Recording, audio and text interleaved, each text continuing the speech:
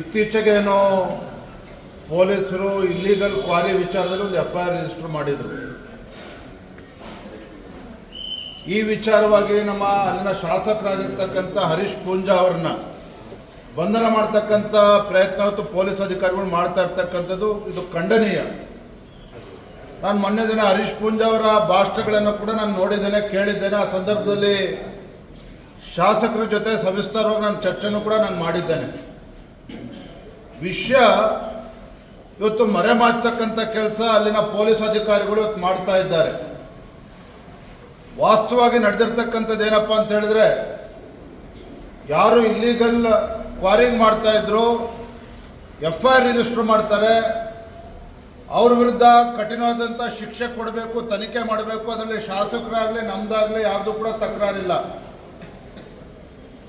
ಯಾರ ವಿರುದ್ಧ FIR register ಆಗಿತ್ತು ಆ FIR ನಲ್ಲಿ ವಿನಾಕಾರಣ ನಮ್ಮ ಅಲ್ಲಿನ ಮಂಡಲದ ಯುವ ಮೋರ್ಚಾದ ಅಧ್ಯಕ್ಷ ಇರ್ತಕ್ಕಂಥ ಶಶಿರಾಜ್ ಅಂತಕ್ಕಂಥ ನಮ್ಮ ಯುವ ಮುಖಂಡ, ನಮ್ಮ ಯುವ ಮೋರ್ಚಾದ ಅಧ್ಯಕ್ಷ, ಅವನ ಹೆಸರು ಕೂಡ ಸೇರಿಸ್ತಕ್ಕಂಥ ಒಂದು ಪಿತೂರಿ ಪೊಲೀಸ್ ಅಧಿಕಾರಿಗಳು ಏನು ಮಾಡಿದ್ರು.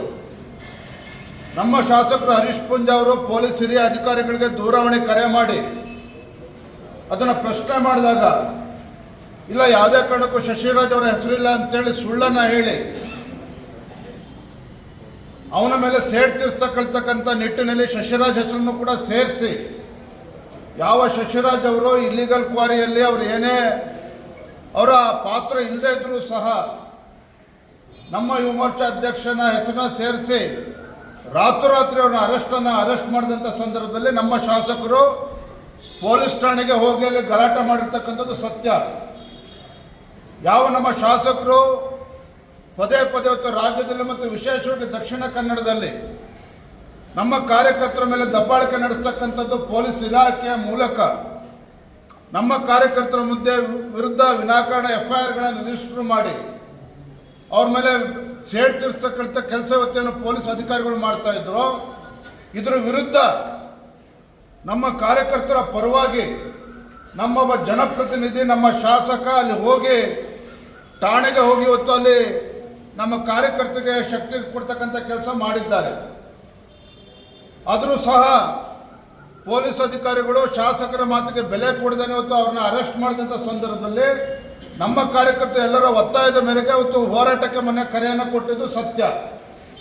ಆದರೆ ಪೊಲೀಸ್ ಅಧಿಕಾರಿಗಳು ಇವತ್ತು code of conduct, election code of conduct ಇದೆ ಅನ್ನೋವನ್ನ ನೆಪ ಒಡ್ಡಿ ಇವತ್ತಲ್ಲಿ ಹೋರಾಟಕ್ಕೂ ಕೂಡ ಹೋರಾಟವನ್ನು ಹತ್ತಿಕ್ಕತಕ್ಕಂಥ ಕೆಲಸ ಏನು ಪೊಲೀಸ್ ಅಧಿಕಾರಿಗಳು ಮಾಡಿದ್ದಾರೆ, ಇದು ಖಂಡನೀಯ.